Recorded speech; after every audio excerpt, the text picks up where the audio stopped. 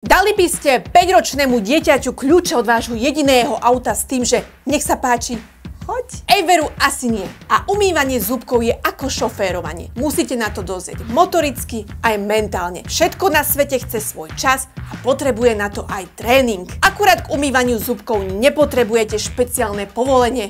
Našťastie. Ale to neznamená, že keď moje dieťa zahlasí, veď ja to predsa dokážem už sám, takže to naozaj aj dokáže. Ja.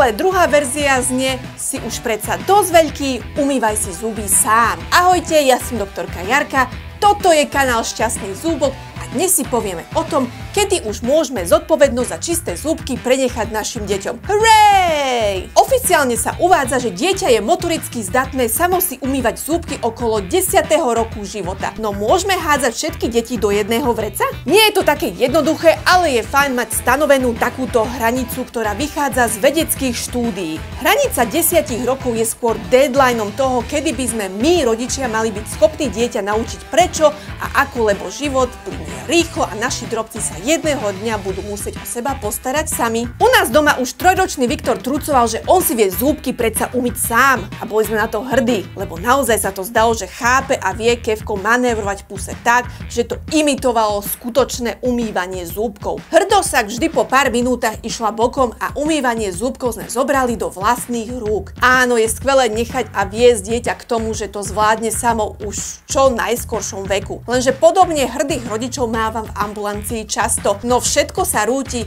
hneď pri prvom pohľade do úst. Deti to skrátka same ešte nedajú. Nemajú také motorické zručnosti, nemajú taký zmysel pre detail. Takže dokedy mám dočisťovať mojim deťom zúbky? Záleží na množstve faktorov, ale poďme si to čo najviac zjednodušiť. Najhlavnejšia vec je motorika. Dokáže si dieťa samo zaviazať šnúrky?